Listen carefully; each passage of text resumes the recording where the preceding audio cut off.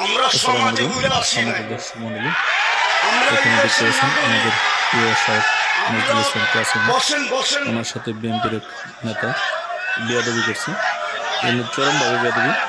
উনি বলতেছেন বিএনপির প্রয়োজনের সময় আমরা এদেশের লোকজনের পাশে থাকি, উপকার করি, খেদমত করি, এই করি সেই করি। মানে তার মানে উনি বোঝাতে চাচ্ছেন যে উনি মানুষের রিজিকের ব্যবস্থা করবেন, এমন একটা কথা উনি বোঝাতে চাচ্ছেন। যার কারণে আমাদের প্রিয় শাহেখ অনেক গরম হয়ে গেছে। কিন্তু আসলে উনি বোঝে না যে উনি যে নেতা হয়েছেন, ওনার কারা বানিয়েছে নেতা। ওনার যে 5 পয়সা দাম নেই যদি মানুষ জনগণ পাশে না থাকে, তো সেটা বোঝার সক্ষমতা নেই। উনি উল্টা বলতেছেন যে আমরাই জনগণের পাশে থেকে জনগণের বিপদে আপদে খেদমত করি। এটা আসলে ঠিক না। আমাকে কেউ আন্ডার এস্টিমেট করেন না।